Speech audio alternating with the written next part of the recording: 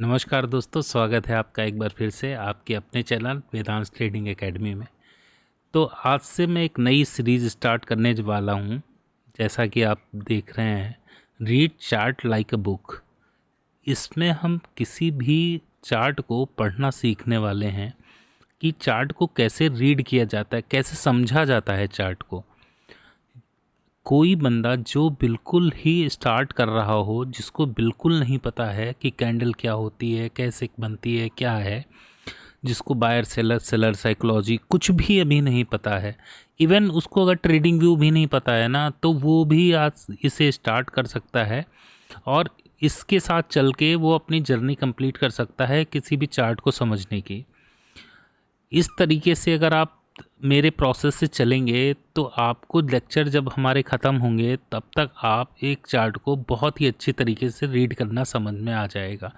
आपको स्ट्रक्चर देखना समझ में आ जाएगा, आपको डायरेक्शन फाइंड करना आसान लगने लगेगा। आप इजीली डायरेक्शन फाइंड कर पाएंगे। आगे चल के आप कहीं पे भी ट्रेड कहाँ से कहाँ तक के लिए बन रही है ये आप देख पाएंगे।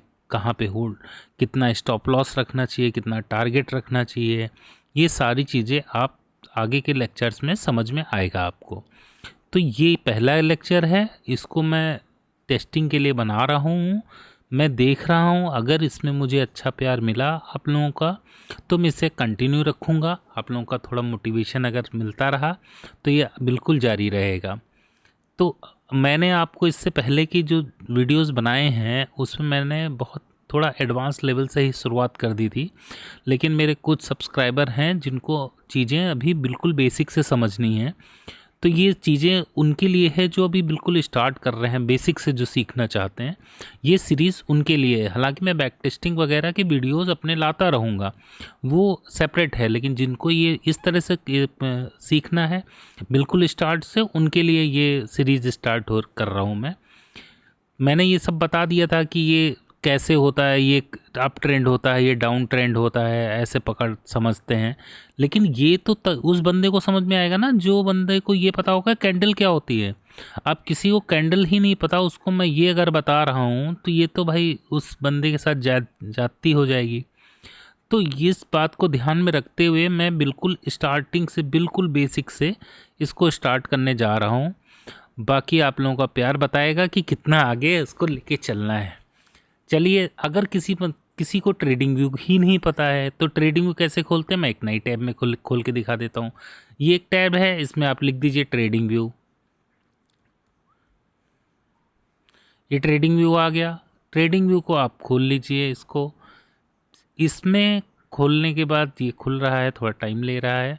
ये खुलने के बाद आप प्रोडक्ट्स में जाएंगे और प्रोडक्ट्स में जाने के बाद आप इस अपनी आईडी से लॉगिन कर लीजिएगा इसको, फिर सुपर चार्ट में आ जाना है और कुछ नहीं करना है। सुपर चार्ट इसका खोल लेना है। सुपर चार्ट में आने के बाद आपको कोई भी साइड में इसके वॉच लिस्ट होती है, ये बनी हुई है वॉच लिस्ट। इसमें कुछ आपके स्टॉक पहले से ही आ जाएंगे या स्टॉक, या इसमें एक फॉरेक्स का भी ऑप्शन आएगा, उसमें आप देखोगे ना तो आपको सारी चीज़ें मिलेगी। फॉरेक्स के चार्ट ही हम क्यों लेते हैं, फॉरेक्स के चार्ट हम इसलिए लेते हैं क्योंकि फॉरेक्स के जो चार्ट होते हैं वो कंटिन्यूएशन में चलते हैं, मतलब उनमें गैप अप गैप डाउन बहुत कम होता है। इसलिए इनसे हम जब सीखने के प्रोसेस में होते हैं तो हम ऐसे चार्ट को लेते हैं जो कंटिन्यूएशन में चलते रहें, जिनको पढ़ना आसान हो। आगे चल के जब हम सीख जाएंगे तो हम गैप अप गैप डाउन से भी डील करना सीख जाएंगे, लेकिन जब स्टार्ट कर रहे हैं ना तो उस लिए ये चाहिए। तो स्टार्ट के लिए फॉरेक्स के जो चार्ट्स हैं ये बहुत अच्छे होते हैं। इवन आप बिटकॉइन वगैरह के भी ले सकते हैं, वो भी अच्छे से समझ में आएंगे आपको। तो ये स्टार्ट करता हूँ मैं, ये ठीक है, इसको क्लोज़ कर दिया। अब मैं आ जाता हूँ यहाँ पे। तो स्टार्ट करते हैं। बहुत आराम से धीरे धीरे समझ के चलिएगा, कोई बहुत मतलब जल्दबाजी में ना लीजिएगा। मैं भी इसे बहुत तसल्ली से बना रहा हूँ, मुझे भी कोई जल्दी नहीं है। सबसे पहले क्या है कि ये हम जो चार्ट लगाते हैं, ये चार्ट अगर आप देखिए तो कई टाइप के चार्ट इसमें दिए हुए होते हैं। जब आप ट्रेडिंग व्यू के उस पे जाएंगे ना, तो इस टैब पे जाएंगे तो इस टैब में आपको कई टाइप के चार्ट दिए हैं। बार है, कैंडल है, हॉलो है, वॉल्यूम, मतलब इसमें से कुछ चार्ट फ्री होंगे, कुछ चार्ट पेड होंगे। तो अगर आपको कोई एक चार्ट सेलेक्ट करना है तो इसमें अगर लाइन चार्ट अगर मान लीजिए आप सेलेक्ट कर लेते, पहले जो जनरली पहले चलते थे, तो लाइन चार्ट की एक बहुत कमी होती है। एक मतलब लाइन चार्ट में आपको क्लोजिंग वैल्यू दिख रही है। ये लाइन चार्ट कैसे प्लांट हो रहा है कि इस टाइम फ्रेम पे हर 4 घंटे पे, या मैं इसको डेली का कर लेता हूँ, डेली टाइम फ्रेम पे या किसी भी टाइम फ्रेम पे ये जो चार्ट जिस भी टाइम फ्रेम का लगा है उस टाइम फ्रेम की क्लोजिंग वैल्यूज़ को ये प्लॉट करता हुआ चलता है। तो उससे ये चार्ट बन जाता है। जैसे ये लाइन अभी कहाँ 14 जून को रखी है, आगे बढ़ाया ये 15 जून को, तो 15 जनवरी को ये 14 जनवरी की जो क्लोजिंग थी ऊपर थी, 15 जनवरी की क्लोजिंग तक उसने लाइन बना दी, फिर 16 जनवरी तक आ गई, फिर 17 आ गई, अब 17 जनवरी के बाद 18 जनवरी को ये ऊपर चला गया। इस तरह से मतलब बनता है। तो ये क्लोजिंग वैल्यू को प्लॉट करता चलता है, उससे ये चार्ट बन जाता है। तो ये एक चीज़ हो गई। मैं 4 आवर जनरली मैं प्रेफर करता हूँ। 4 आवर एक ऐसा है जो बहुत बड़ा टाइम फ्रेम भी नहीं है और बहुत छोटा टाइम फ्रेम भी नहीं है। तो मेरा ये सलाह भी रहती है, मैं खुद भी यूज़ करता हूँ कि 4 आवर एक अच्छा टाइम फ्रेम है जिसे हम जिससे हम अपनी ट्रेडिंग आसानी से कर सकते हैं। और 4 आवर के नीचे का जो टाइम फ्रेम होता है 15 मिनट, वो मैंने एक अपनी वीडियो में बताया ही था, तो वो भी आसान होता है। खैर वो सब बात की बातें हैं। सबसे पहले आप समझिए कि ये चार्ट हो गया, एक लाइन चार्ट हो गया, अब एक क्या हो गया, बार का चार्ट। अब मैं हर एक चीज़ दिखा रहा हूँ, आपको समझने की कोशिश करिए। अब मैं एक इसको यहाँ लगा रहने देता हूँ, एक और मैं चार्ट खोलता हूँ, न्यू टैब कि डुप्लीकेट इसको बना लेते हैं और इसमें मैं कोई और चार्ट खोल देता हूँ। जैसे बैंक निफ्टी खुल रहा है, ठीक है कोई बात नहीं, जैसे बैंक निफ्टी खुल रहा है। अब इसमें ये गैप अप गैप डाउन दिख रहे थे इसलिए मैंने लिया था। तो ये 4 आवर का ये बैंक निफ्टी का चार्ट है। तो बैंक इसमें अब आप देखिए कि एक अगर मैं इसको चेंज करता हूँ तो बार चार्ट में आ जाएं तो ये है तो उसी टाइप का। अब देखिए इस पे ओपन हाई लो क्लोज पता तो चल ही रहा है, सब कुछ पता चल रहा है। अब लाइन चार्ट था, लाइन चार्ट से अच्छा क्या हो गया, बार चार्ट हो गया। भाई बार चार्ट में भी तो सारी चीज़ें पता ही चल रही हैं हमारी, ओपन हाई लो क्लोज। और ये इधर देखिए लेफ्ट हैंड साइड पे और राइट हैंड साइड पे एक ओपनिंग होती है और एक क्लोजिंग होती है वैल्यू हमारी, ठीक है। उसी तरह से है, बस थोड़ा सा कंफ्यूजिंग हो जाता है जब ये एक साथ ऐसे बनते हैं। अगर एक सिंगल को देखोगे तो आप, लेकिन कैंडलस्टिक चार्ट जो है ना, इसमें सबसे ज़्यादा और सबसे सटीक और सबसे अच्छा विजुअलाइजेशन होता है। इसलिए हम इस चार्ट को लेते हैं कि कैंडल में क्या होता है कि हमारे पास 4 इन्फॉर्मेशन तो होती ही हैं। जैसे 4 इन्फॉर्मेशन क्या, कि ओपन क्या है, ये देखिए इसका एक ओपन होगा, एक क्लोज होगा, एक हाई होगा और एक लो होगा। तो ये 4 इन्फॉर्मेशन तो हैं ही। साथ ही साथ इसमें विजुअलाइजेशन बहुत अच्छा है कि अगर ग्रीन कैंडल खुली है तो ये नीचे, अगर ग्रीन दिख रही है तो इसका मतलब ये नीचे से स्टार्ट होकर ऊपर गया है, मार्केट ऊपर गया है, ग्रीन का मतलब ऊपर। तो आपको देखते ही समझ में आ रहा है कि यहाँ इस दौरान मार्केट ऊपर गया है, और देखते ही यहाँ समझ में आ रहा है इस दौरान मार्केट यहाँ पे नीचे आया है। विजुअलाइजेशन बहुत आसान हो जाता है आपका, और आपके लिए ये सबसे और सबसे ज़्यादा इन्फॉर्मेशन दे रहा है। इसलिए हम कैंडलस्टिक चार्ट को लेते हैं, कैंडलस्टिक चार्ट को रीड करते हैं। अब वैसे तो बहुत से चार्ट हैं और हर एक की अपनी एक्सपर्टीज़ हैं, आप आगे चल के और भी चीज़ों पर मैं डिस्कस करूँगा, लेकिन कैंडलस्टिक चार्ट जो है वो एक बेस्ट चार्ट है। तो ये हो गया। अब आइए समझते हैं कि कैंडल क्या होती है। इतना तो समझ में आ गया होगा कि चार्ट हम, कैंडलस्टिक चार्ट हम यूज़ क्यों कर रहे हैं। अब आइए देखिए, ये एक कैंडल है, मैं अगर इसको ब्लैक कलर का कर दूं तो आपको क्या पता कि ये कैंडल रेड है या नीचे से गया है, प्राइस के ऊपर से गया है। कुछ समझ में आ रहा है? अगर मैं इसमें यहाँ पे लिख दूं ऐसे, आपको इसमें कुछ भी हो सकता है, मतलब ये कैंडल रेड भी हो सकती है और ये कैंडल ब्लैक भी हो सकती है, अगर ये मतलब ग्रीन भी हो सकती है और रेड भी हो सकती है, दोनों हो सकता है। लेकिन अगर मैं कह दूं कि इस कैंडल का जो ओपन है हमारा वो ये है, यहाँ पे ओपन है, एक मिनट, ओपन है, इसको छोटा सा वो कर लिया जाए, इसको 20 पे कर लेते हैं। मैं कह दूं कि ये ओपन है और यहाँ पे हमारा क्लोज है। अगर मैं ये कह दूं तो आप इसको गेस कर लोगे कि ये जो कैंडल है ना, ये कैंडल पक्का ग्रीन ही कैंडल बनी हुई है, क्योंकि इसका ओपन नीचे है और क्लोज ऊपर है। ठीक है, लो हाई तो दो रेड हो या ग्रीन हो, दोनों के सेम ही रहते हैं कि लो जो है वो नीचे ही रहेगा हमारा, ये लो रहेगा और ये हाई रहेगा, ये हमारी कैंडल ग्रीन हो या रेड हो। ये समझ में आया आपको? अगर ये ओपन और क्लोज हमारे डिसाइड करते हैं कि कैंडल का कलर क्या होगा। अगर कैंडल का कलर ग्रीन है तो इसका मतलब है कि ये ओपन नीचे है और क्लोज ऊपर है। इसी तरह से मैं एक और कैंडल बना रहा हूँ।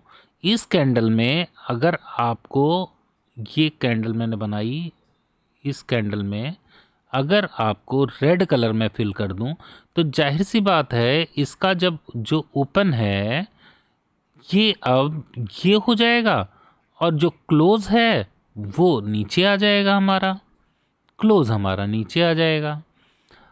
हाई लो तो सेम ही रहने वाले हैं कि हाई जो है वो हाई रहेगा और लो जो है वो लो रहेगा।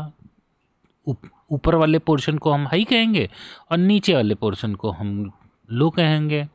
तो ये दो चीज़ें तो सेम ही रहेंगी, लेकिन हमारा केवल ओपनिंग और क्लोजिंग जो है वो हमारी पर डिसाइड करती है कि कैंडल का कलर क्या होगा। तो हमारा विजुअलाइजेशन अच्छा हो गया ना जैपनीज कैंडल स्टिक में, कि इसमें क्या हो रहा है कि इसमें ये पता चल रहा है नीचे से ग्रीन कैंडल बनी, इसका मतलब नीचे से प्राइस ऊपर गया है।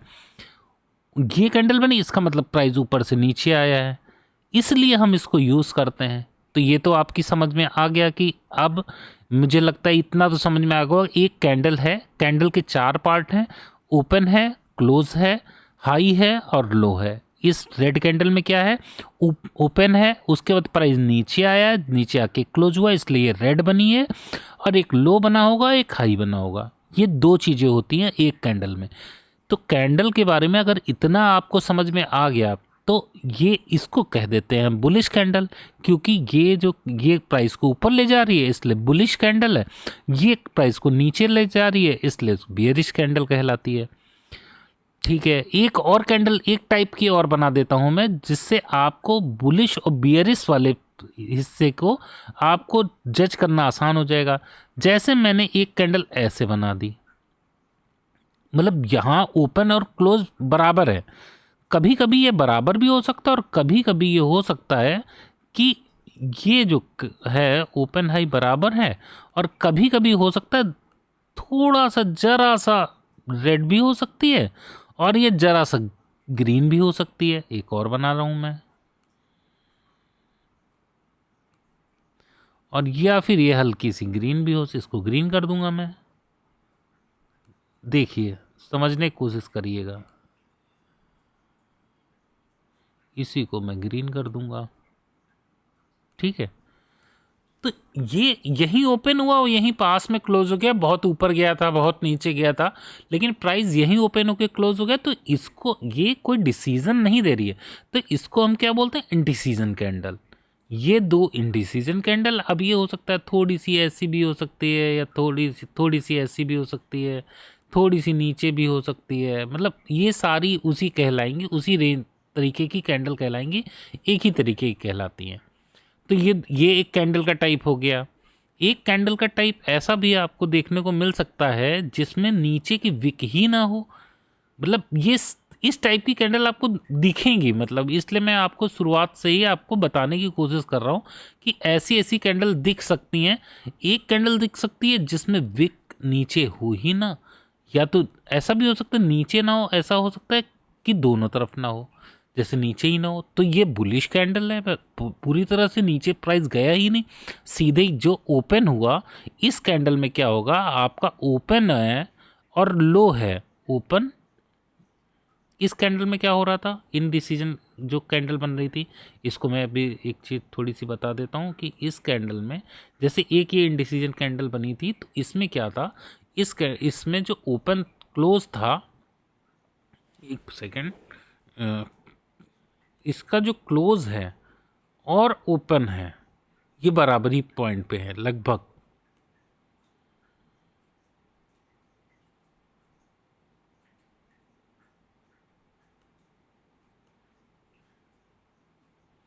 एक ही पॉइंट पे क्लोज भी है और एक ही पॉइंट पे ओपन ही है, दोनों चीज़ें हैं। तो ये हो गया। और इसमें क्या है, इसमें इसका जो ओपन है इस वाली कैंडल में, इसका ओपन और इसका लो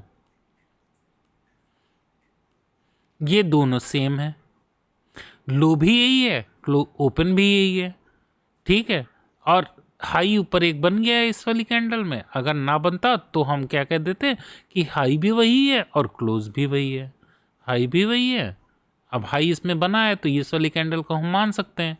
अगर मान लीजिए ये ना बना होता तो हम कह देते कि हाई भी यही है और इसको हट रिमूव कर देता हूँ और हाई भी है क्लोज भी रही है। ऐसी कैंडल भी बन सकती है। ऐसी एक रेड भी बन सकती है, मतलब जिसमें ओपन ही ऊपर, ओपन और हाई एक जैसा हो और नीचे को आई हुई हो। तो इस तरह की कैंडल आपको देखने को मिलेंगी।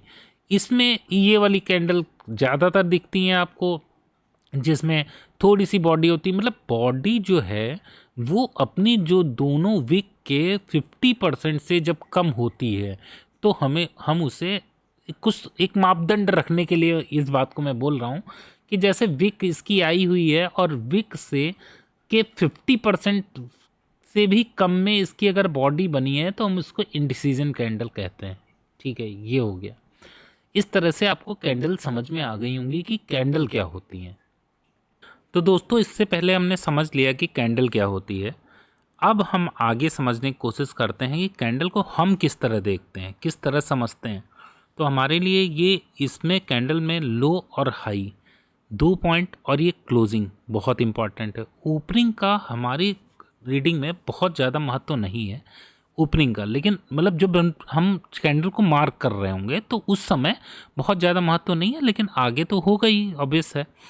इस समय समझने की कोशिश करिए कि हमने एक कैंडल ली तो कैंडल हम चीज़ों को रेंज में देखते हैं, हर एक चीज़ की।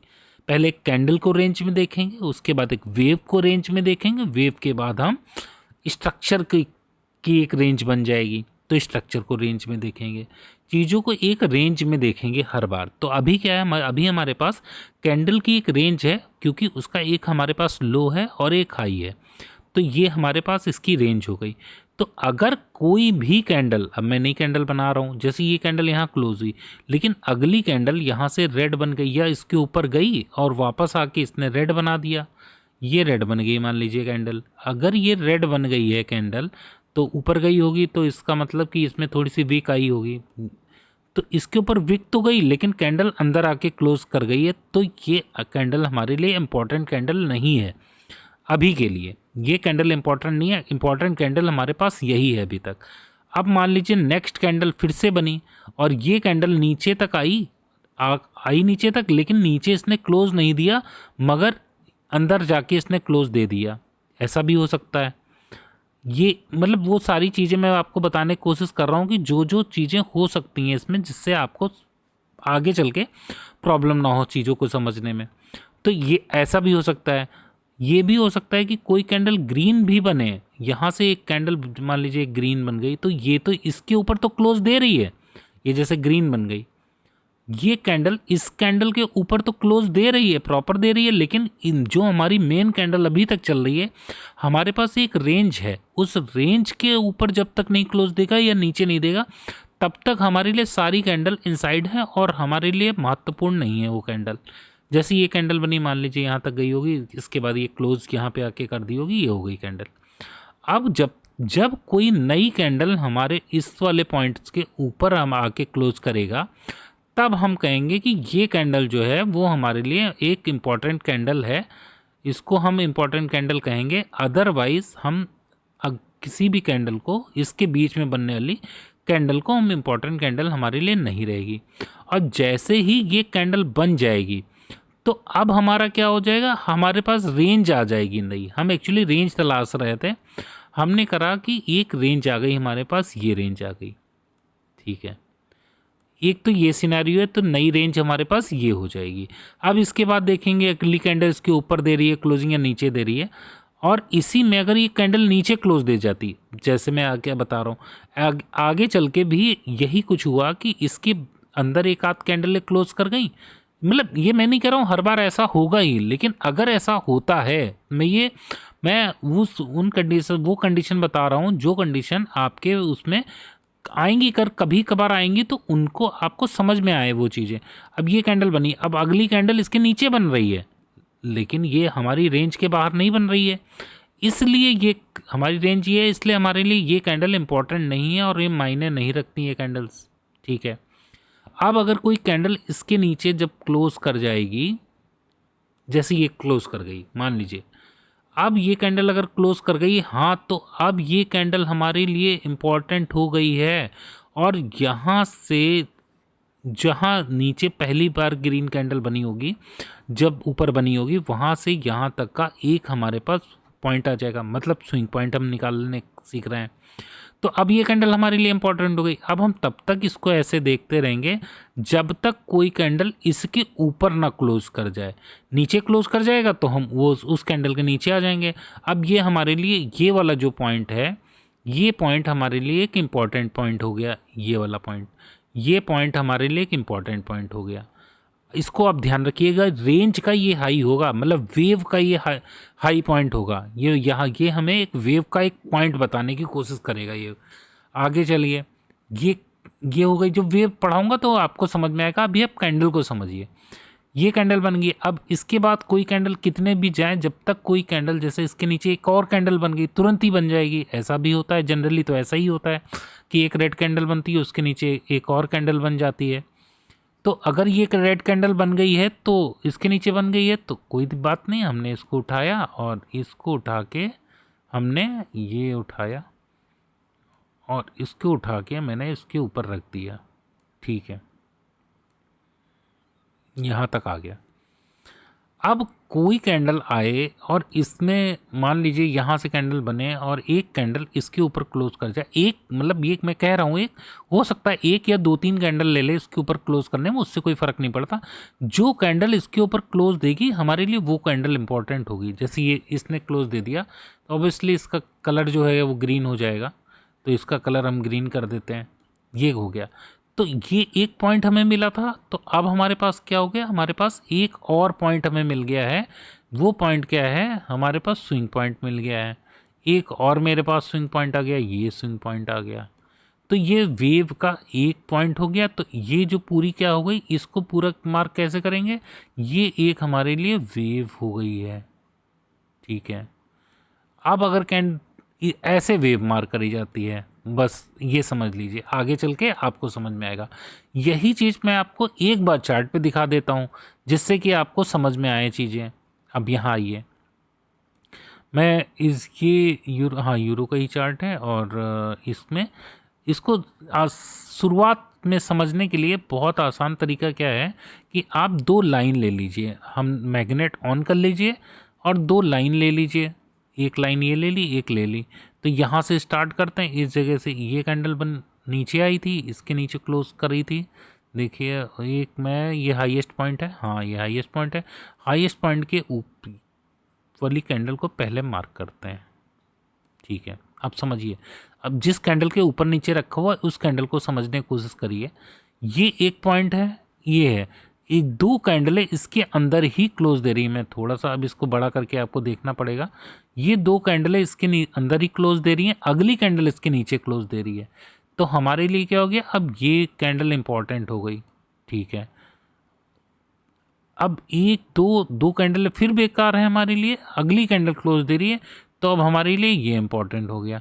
आप बस एक काम करते चलिए कि इसमें जो ये पॉइंट है, इस पॉइंट को हाइलाइटर के माध्यम से इसको हाईलाइट करते चलिए कि ये एक हाई पॉइंट था हमारे पास। इसमें जो हाई पॉइंट होता है वो लेंगे, यहाँ पे जो लो पॉइंट होगा वो लेंगे। ठीक है, ये ले लिया। अब देखिए अगला पॉइंट क्या है हमारे पास, अगली कैंडल इसके ऊपर कौन सी, ये क्लोज कर गई है, तो मैंने ये कर दिया। अगली कैंडल बेकार हमारे लिए, नेक्स्ट कैंडल इसके ऊपर क्लोज कर गई है। ठीक है, अब ये भले ही कैंडल ग्रीन बनी है, लेकिन ये कैंडल ग्रीन बनी है लेकिन इसकी क्लोजिंग इस कैंडल के नीचे आ रही है। एकदम नीचे गैप डाउन खुला होगा और उसके बाद प्राइस ऊपर आया है। ये मंडे का दिन होना चाहिए, मंडे ही है। ठीक है, तो ये हो गया, ये इसको ऐसे मार्क करेंगे। अब दो कैंडलें हमारे लिए बेकार हैं, लेकिन तीसरी ये कैंडल हमारे लिए इम्पॉर्टेंट हो गई। अब इस कैंडल के ऊपर क्या करेंगे, यहाँ ये जा रही है, ये चली गई। अब देखिए इसके बाद नीचे सीधे सीधे कैंडल आती रही, एक इसके नीचे रख दीजिए, ये कैंडल इसके नीचे, ये इसके नीचे, ये तो ऐसे से करके हमें क्या हुआ, हमें एक पॉइंट मिले। इन पॉइंट्स को भी मार्क करते चलो। एक ये पॉइंट मिला था, एक ये पॉइंट मिला था, इसके ऊपर कैंडल ने क्लोज दिया था, तो एक हमारे पास ये पॉइंट मिला है, ये पॉइंट मिल गया है। ठीक है, अब क्या हो रहा है, अब कैंडल के नीचे क्लोजिंग आती जा रही है, इस पॉइंट के नीचे क्लोजिंग आ गई। अगली, अब ये कैंडल इंपॉर्टेंट हो गई, अब इस कैंडल के नीचे क्लोजिंग आ गई, तो अब ये कैंडल इंपॉर्टेंट हो गई। अब इस कैंडल के नीचे इस कैंडल क्लोजिंग आएगा, ये इंपॉर्टेंट हो गई। ऐसे ही हम देखते चले आते हैं हमारे लिए। अब यहाँ पे देखिए आगे, यहाँ पे ये 1 2 3 4 5 ये जो भी कैंडल है ना, जब तक इसके ऊपर क्लोज नहीं आएगा तब तक हमारे लिए ये सारी कैंडल हम बियरिश ही रहेंगे। इसमें हम, हमारे लिए ये जो वेव चल रही है, ये वेव अभी तक कंटिन्यू चल रही है। ये वेव हमारे लिए इवन यहाँ से लेके इस जगह तक कंटिन्यू चली आई है। मैं दिखाता हूँ, इसके नीचे इस कैंडल की क्लोजिंग, इसके नीचे इस कैंडल, फिर नेक्स्ट कैंडल, फिर नेक्स्ट कैंडल, फिर नेक्स्ट कैंडल, फिर नेक्स्ट कैंडल, यहाँ तक तो आप आ ही गए आराम से। अब ये कैंडल इंपॉर्टेंट हो गई क्योंकि इसके नीचे आ गया। अब 2 कैंडल बेकार हैं, फिर इस कैंडल के नीचे क्लोजिंग आई है। यहाँ पर आके क्या हो रहा है कि इस जगह के बाद यहाँ पे आके कोई कैंडल इस कैंडल के ऊपर क्लोज दे रही है, तो अब हमारे लिए इंपॉर्टेंट पॉइंट क्या हो गया, ये हो गया। ठीक है, बस अब कुछ नहीं करना, इन पॉइंट्स को अगर हम आपस में जोड़ देंगे तो हमारे लिए वेव जैसा हमें दिखने लगेगा। तो आइए चलते हैं, देखने की कोशिश करते हैं। तो एक लो पॉइंट लीजिए, ये हाई पॉइंट ले लीजिए। अब हाई पॉइंट से एक ये लो पॉइंट हो गया, ये हाई पॉइंट हो गया, ये यहाँ तक मार्क कर दीजिए, यहाँ से फिर सीधे यहाँ मार्क करिए। शुरुआत आप यहाँ से करिए, आगे चल के मैं आपको इसको और सही तरीके से मार्क करना सिखाऊंगा जब मैं वेव पढ़ाऊंगा। तो ये पहला टॉपिक है, ये यहीं पे इसको रोकते हैं वरना आपके लिए बहुत ज़्यादा हो जाएगा। अगर ये अच्छा लगा, ये सही तरीका है पढ़ने का चार्ट को, धीरे धीरे इसमें आगे जब आप बढ़ेंगे तो आपको पूरा चार्ट रीड करना आराम से समझ में आ जाएगा। तो ये मेरा अपना तरीका है, इस तरीके से आप करिए। बहुत मतलब इसमें स्विंग पॉइंट भी आपको बहुत लॉजिकली मिल जाते हैं। तो सब्सक्राइब कर लो और थोड़ा सा लाइक वाइक कर दो। कुछ नया नहीं समझ में आया है तो कमेंट कर दो, उस कमेंट को हम देखेंगे। उसमें अगले जो कमेंट आएंगे उन कमेंट्स के अंदर अगर कोई ऐसी चीज़ होगी जो आपको नहीं समझ में आई हो या जहां आपको कन्फ्यूज़न लग रहा हो, उस चीज़ को आप बताइए। उस चीज़ को मैं और डिटेल में आपको समझाने की कोशिश करूँगा। तो इतना ही रखते हैं इस लेक्चर में, ये फर्स्ट लेक्चर है, इसमें इतना ही रखते हैं। आगे देखते हैं आगे, और नेक्स्ट लेक्चर में हम वेव को समझने की कोशिश करेंगे। अब कैंडल समझ में आ गई तो अब आगे वेव समझ में आ जाएगी इसी तरह आसानी से आपको। जब वेव समझ में आ जाएगी तो आगे स्ट्रक्चर भी समझ में आ जाएगा, सब बहुत आसान हो जाएगा।